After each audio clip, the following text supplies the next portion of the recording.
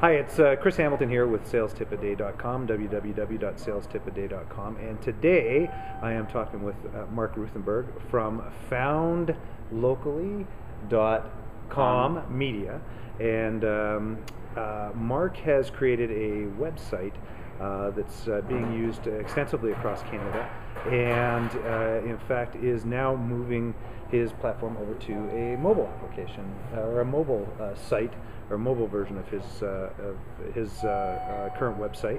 And I thought what I'd do is I'd interview Mark today, and he can give you some of the background as to why he was going down that direction and some of the things that he found as he was going down that path, and potentially if you were ever going to go down that path, what you might want to look for. So with that, I'm going to talk to Mark here, and he'll tell you a little bit about the company first, and then the direction they went in. So Mark, thanks for taking the time out to allow me to interview you today. Oh, you're welcome. And as I say, if you'd like to talk a little bit about what it is that was driving you to first start up your website and then to move to where you're ultimately going today. So okay.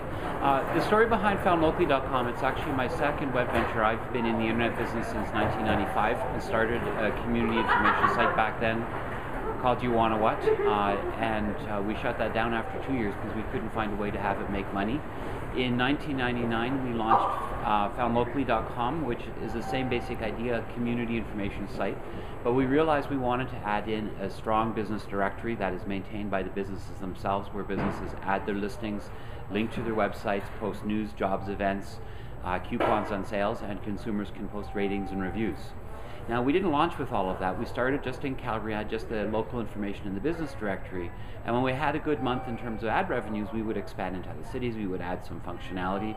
Over the years, we also added two sister sites, one called transcanadahighway.com, which is about traveling across this fair country in the travel and recreation sector, and a second sister site is movingin canada.com, which is focused on the real estate and relocation sector, so realtors, home builders, movers, and people like that, and has really good neighborhood information. We now get about 1 million visitors a month coming to our three websites, and we have never advertised, which really throws a lot of people in the traditional media business for a loop, because you have to buy magazine advertising, you have to buy bus boards, you have to buy TV ads, you have to get billboards. We've done it with none of that.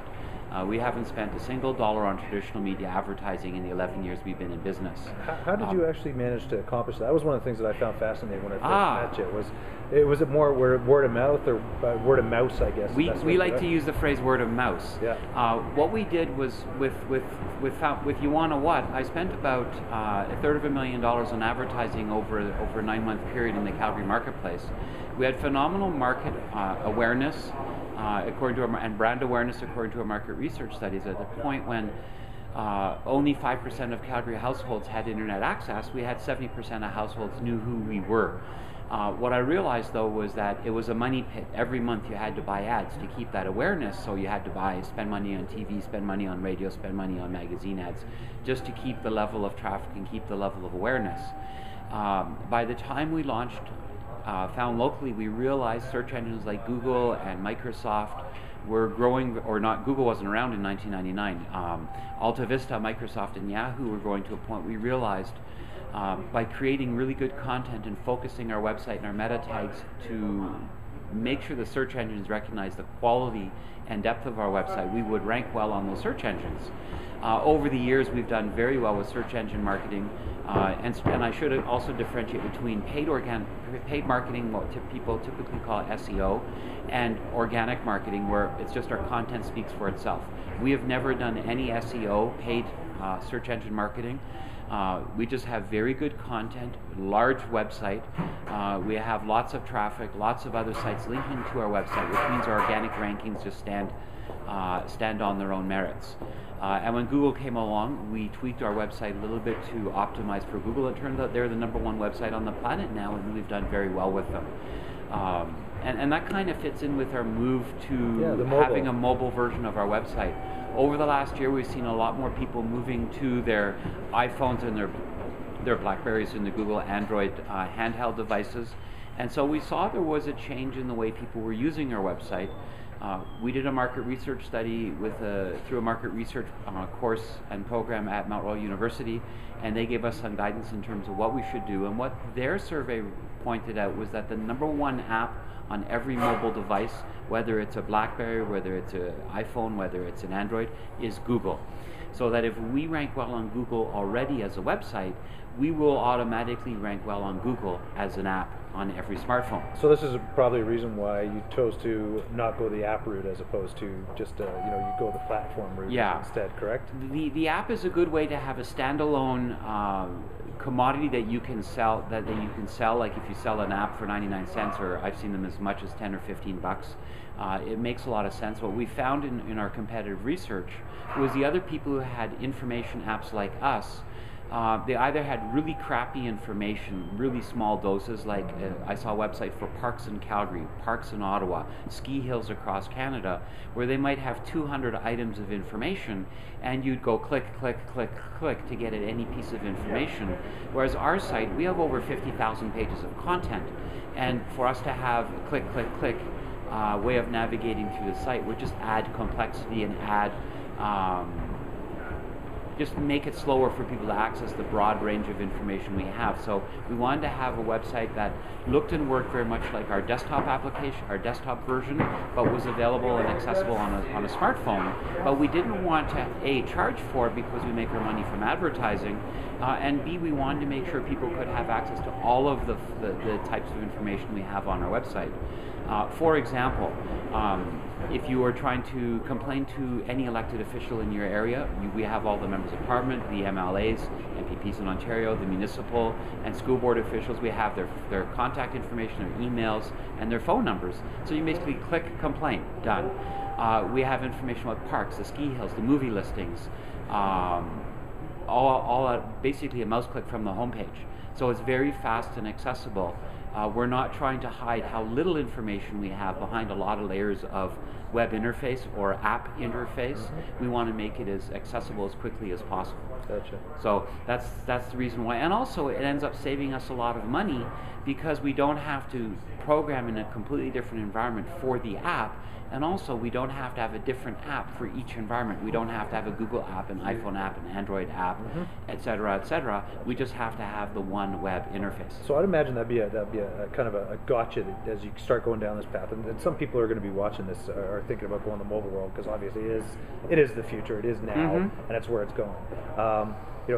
Was there any kind of gotchas that you found as you started going down this path that you could potentially, at least a couple that you could tell people to watch out for so that if they're going down that path?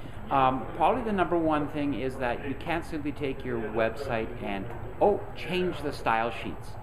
Because people using mobile apps use their mobile phones and their smartphones completely differently than people on their desktop who have a screen that's 1,000 or more pixels across where you can have information in nice columnar tables, whereas on a smartphone people are looking down the screen. The other thing is if you take something that might be a 10 by 10 column table in a desktop version, you can't just have 100 lines on a mobile app because people will be wearing out their thumbs or their fingers scrolling down the page. So you have to find different ways to make the information accessible. Our process took us close to a year. We rebuilt our database first of all to make sure it was much more accessible in a mobile environment, and then we looked at every one of our 50,000 pages of content. Said, how would I look at this page if I was using a smartphone? How would I want to access this information? How would I want to use that? So when we took our members of parliament information, we not only realigned it so it fit into a vertical column, but we made sure if you had a smartphone, you could send an email from them, you could text them, you could phone them right with a single click of your mouse. You can click and get a map in some cases. So we increased the functionality for the smartphone. It wasn't just a matter of just taking the same information and moving it over. The other gotcha is if you have a lot of graphics, big logos, banners, photographs, smartphones, most people are paying for the amount of kilobytes their download. So all this extra load time increases the cost to view a page. Some of these smartphone plans are horrid. That if you're paying 10 cents a kilobyte, all of a sudden you have a 40K graphic, that costs them $4 to load the page. And so the less graphics you have, the better. The other thing that we found is if you have graphics and you lay them out on a wide page, you might do image align left, image align right, lay them out nicely on the page, but all of a sudden you're on a narrow screen and that image might actually crowd out over top of text that's on the page. So we ended up completely rebuilding the way the image is laid out on a page. In our travel information, we want to have pictures. You want to see what a particular museum or particular gallery looks like, or a particular park. So it was a valuable part of the layout, but we realized we just displayed it in line instead of aligning it left or right so that it flowed better with the text. Excellent. Well, you know, Mark, I greatly appreciate you taking the time out to allow me to interview you today. I'm going to give you one last chance to put a quick plug in for your different sites once again, just so people can go to that. So I'll let you say your sites once more to these people, and also potentially tell them when you're going to launch the mobile site. Okay. Well, we have 4 websites. We have FoundLocally.com, and you don't have to type www in front for any of our sites. FoundLocally.com, MovingInCanada.com, TransCanadaHighway.com, and we have a web marketing blog with a lot of really good tips for how to maximize your search engine visibility and get the most out of FoundLocally, and that's blog.foundlocally.com. And on any of our sites, we have a link where you can add yourself to a free listing. It's free to every business in the community, where you can add your business, put in a description, link to your website, post your news, your jobs, your events, and your coupons and sales. If you're in the real estate business, you can post your realtor open houses as well. And consumers can post ratings and reviews, so you can build up that perception of word of mouth by having people, your happy customers, post good reviews as well. So all of that is free, supported by the national advertisers that are advertising on our website. Excellent. So I appreciate the opportunity. And the mobile will go live approximately. And the mobile we're approximately expecting in the next week for FoundLocally. Okay, that and would by be the end of February, what are we in? February February, now? going on March. We're going on March. By the end of March, we'll have TransCanadaHighway.com in a mobile version. So it's like having all that database plus your GPS on your phone. And Moving in Canada as well will be available by the end of March. Excellent. March 2010, just in case 2010. Or 2011, sorry, yeah. Sorry, 2011. Yeah. You'll edit that yeah, out. exactly. Mark, appreciate it. Thank you very much Thank for you, taking Chris. the time out Okay. today.